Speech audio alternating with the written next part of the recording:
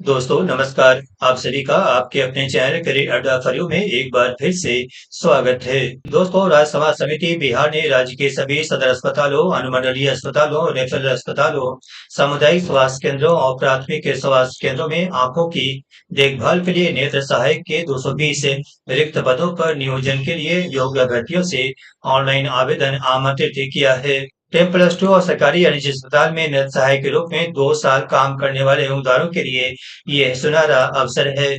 आज के इस वीडियो में हम इस वैकेंसी के बारे में विस्तार से जानकारी साझा करेंगे, तो चलिए बिना कोई देर किए ये वीडियो शुरू करते हैं।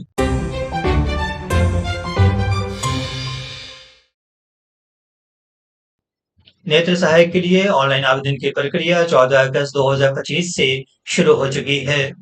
ऑनलाइन आवेदन की अंतिम तारीख 28 अगस्त 2025 से शाम 6 बजे तक रखी गई है। आवेदन शुल्क जमा करने की अंतिम तारीख भी 28 अगस्त 2025 है। आइए देखते हैं नेत्र सहायक के लिए कोटिवार पदों की संख्या कितनी रखी गई है। इसमें सामान्य वर्ग के लिए 87 पद रिक्त रखे गए हैं। वहीं ईडब्ल्यूएस के लिए 22, ईबीसी के लिए 40, बीसी के लिए 26, एससी के लिए 35, एसटी के लिए 3 और पिछड़ा वर्गों की महिलाओं के लिए 7 पद रिक्त रखे गए हैं। इस तरह रिक्तों की कुल संख्या 220 होती है। यह नोट करें कि कुल पदों में से 4% पद दिव्यांग अभ्यर्थियों के लिए आरक्षित रखा गया है। ये भी नोट करेंगे सामान्य प्रशासन विभाग बिहार सरकार के 9 जुलाई 2025 को जारी निर्णय के अनुसार केवल बिहार राज्य के मूल निवासी महिला अभ्यर्थियों को ही 35% आरक्षण का लाभ मिलेगा। आइए देखते हैं नेत्र सहायक के लिए शैक्षणिक योग्यता क्या रखी गई है और मानदेय कितना मिलेगा। नेत्र सहायक को एक मुश्त मानदेय 15,000 रुपये महीना दिया जाएगा। इसके लिए अभ्यर्थियों को बायोलॉजी या मैथमेटिक्स के साथ आईएससी या बायोलॉजी या मैथमेटिक्स के साथ 10+2 के साथ ऑप्टोमेट्री में 2 वर्षीय डिप्लोमा या किसी मान्यता प्राप्त सरकारी अस्पताल में नेत्र सहायक के रूप में 2 वर्ष का प्रशिक्षण प्राप्त होना चाहिए।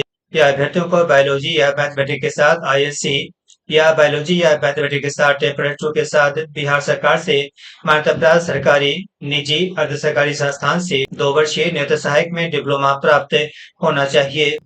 आइए देखते हैं इस पद के लिए आयु सीमा कितनी रखी गई है। सामान्य और ईडब्ल्यूएस वर्ग में पुरुषों के लिए आयु सीमा 21 से 37 साल रखी गई है। वहीं सामान्य और ईडब्ल्यूएस वर्ग में महिलाओं के लिए आयु सीमा 21 से 40 साल रखी गई है। बीसी और ईबीसी वर्ग में पुरुष और महिला दोनों के लिए आयु सीमा 21 से 40 साल रखी गई है। वहीं एससी और एसटी वर्ग में पुरुष और महिला दोनों के लिए आयु सीमा 21 से 42 साल रखी गई है। सभी कोटि के दिव्यांग अभ्यर्थियों को कोटिवार अधिकतम आयु सीमा के अतिरिक्त 10 वर्ष की छूट प्रदान की जाएगी। यह नोट करें कि अभ्यर्थी की आयु सीमा की गणना दिनांक 1 अगस्त 2025 के आधार पर की जाएगी।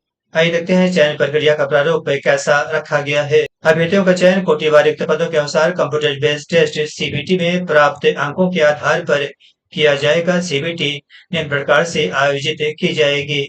इसमें 4 सेक्शन होंगे, जिसमें जनरल नॉलेज, नॉलेज एप्लीकेशन या रीजनिंग, न्यूमेरिकल एबिलिटी और टेक्निकल एबिलिटी से सवाल पूछे जाएंगे। प्रश्नों की कुल संख्या 100 रहेगी। इसके लिए अधिकतम 100 नंबर निर्धारित किए गए हैं। इसके लिए अभ्यर्थियों को 2 घंटे की अवधि उपलब्ध कराई जाएगी। प्रतियोगिता परीक्षा का प्रश्न पत्र हिंदी और अंग्रेजी भाषा में कुल 100 अंकों का होगा, जिसमें बहुविकल्पीय वस्तुनिष्ठ प्रगति के कुल 100 प्रश्न होंगे तथा प्रत्येक प्रश्न 1 नंबर का होगा। परीक्षा का सिलेबस राज्य स्वास्थ्य समिति की वेबसाइट shs.bihar.gov.in पर अलग से प्रकाशित किया जाएगा। यहाँ सबसे अच्छी बात यह है कि परीक्षा में गलत उत्तर के लिए नेगेटिव मार्किंग का प्रावधान नहीं किया गया है। परीक्षा की अवधि 2 घंटे होगी और अभ्यर्थियों की संख्या अधिक होने की स्थिति में इस परीक्षा का आयोजन 1 से अधिक पालियों में किया जा सकता है। विभिन्न चरणों में परीक्षा आयोजित किए जाने की स्थिति में नॉमिनेशन की प्रक्रिया अपनाते हुए रिजल्ट जारी किया जाएगा। आइए देखते हैं प्रमाण पत्र का सत्यापन कैसे किया जाएगा। प्रमाण पत्र सत्यापन के दिन अभ्यर्थियों को निम्नलिखित प्रमाण पत्र, अंक पत्र और अन्य दस्तावेज मूल प्रति में जो ऑनलाइन आवेदन के समय अपलोड किया गया हो, अनिवार्य रूप से और उसकी सेल्फ अटेस्टेड फोटो कॉपी के साथ उपस्थित होना होगा। इससे पहला है ऑनलाइन भरे गए आवेदन और सीबीटी के प्रवेश पत्र की प्रति। दूसरा है 2 पासपोर्ट आकार की हाल की रंगीन फोटो जो ऑनलाइन आवेदन में अपलोड की गई है। तीसरा है फोटो की पहचान पत्र जैसे Aadhaar, PAN, driving licence, voter ID, passport आदि।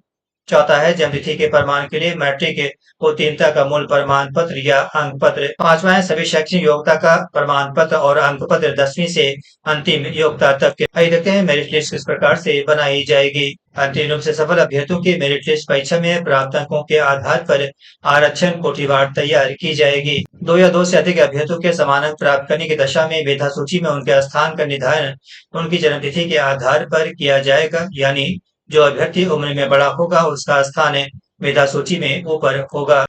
समान अंक प्राप्त करने और समान जन्म तिथि वाले दो या दो से अधिक अभ्यर्थियों की दशा में मेधा सूची में उनके स्थान का निर्धारण उनकी शैक्षणिक योग्यता के आधार पर किया जाएगा, यानी अधिक शैक्षणिक योग्यता वाले अभ्यर्थी मेधा क्रम में ऊपर रहेंगे। इसके बावजूद अगर एक से अधिक अभ्यर्थी समान हो तो ऐसे अभ्यर्थियों की वरीयता उनके 10वीं बोर्ड के प्रमाण पत्र में दर्ज नाम के अंग्रेजी वर्णमाला के क्रम के अनुसार निर्धारित की जाएगी। आइए देखते हैं नेत्र सहायक की नियुक्ति कहाँ की जाएगी और मानदेय कितना मिलेगा। चयनित अभ्यर्थियों को राज्य के सभी सदर अस्पतालों, अनुमंडलीय अस्पतालों और विजन सेंटर जैसे रेफरल अस्पताल, सामुदायिक स्वास्थ्य केंद्र और प्राथमिक स्वास्थ्य केंद्र में नेत्र सहायक के रूप में नियुक्त किया जाएगा। राष्ट्रीय स्वास्थ्य मिशन के तहत नियुक्त सभी नेत्र सहायक का मानदेय एकमुश्त 15,000 रुपए प्रति माह होगा। ये नियोजन पूर्ण संविदा के आधार पर 11 माह के लिए किया जाएगा। संतोषजनक काम और सेवा के आधार पर संविदा अवधि को 60 वर्ष की आयु तक विस्तारित किया जा सकेगा। संविदा के आधार पर नियोजित व्यक्ति सरकारी सेवक नहीं माने जाएंगे और सरकारी सेवक को मिलने वाली किसी सुविधा के हकदार नहीं होंगे। आइए देखते हैं इस पद के लिए आवेदन कैसे करें। अभ्यर्थी आवेदन के लिए सबसे पहले ऑफिशियल वेबसाइट sshs.bihar.gov.in पर जाएं। वेबसाइट के होम पेज पर संबंधित click here to apply the application पर क्लिक करें। एप्लीकेशन का लिंक डिस्क्रिप्शन में दिया गया है। अभ्यर्थी इस लिंक पर क्लिक कर आवेदन की प्रक्रिया शुरू कर सकते हैं। इसके बाद टू रजिस्टर के आगे क्लिक हियर पर जाएं और मांगी गई डिटेल भरकर पंजीकरण करें। पंजीकरण का लिंक डिस्क्रिप्शन में दिया गया है।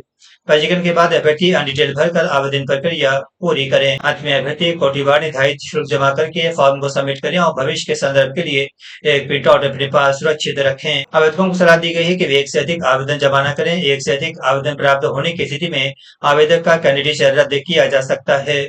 आइए देखते हैं इस पद के लिए आवेदन शुल्क कितना रखा गया है। सामान्य वर्ग, पिछड़ा वर्ग, अत्यंत पिछड़ा वर्ग और आर्थिक रूप से कमजोर वर्ग के लिए आवेदन शुल्क 500 रुपए रखा गया है। वहीं बिहार के अस्थायी निवासी एससी और एसटी के लिए आवेदन शुल्क 125 रुपए रखा गया है।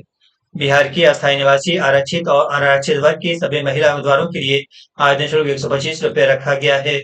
सभी श्रेणी के दिव्यांगों के लिए आवेदन शुल्क 125 रुपए रखा गया है। बिहार राज्य के बाहर के सभी अभ्यर्थियों के लिए आवेदन शुल्क 500 रुपए रखा गया है। यह नोट करें कि आवेदन शुल्क ऑनलाइन माध्यम जैसे debit card, credit card, internet banking और यूपीआई से ही जमा किया जा सकता है।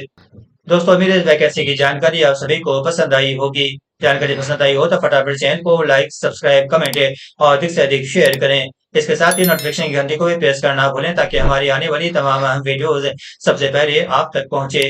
मिलते हैं अगली वीडियो में एक नई और शानदार वैकेंसी के साथ। नमस्कार।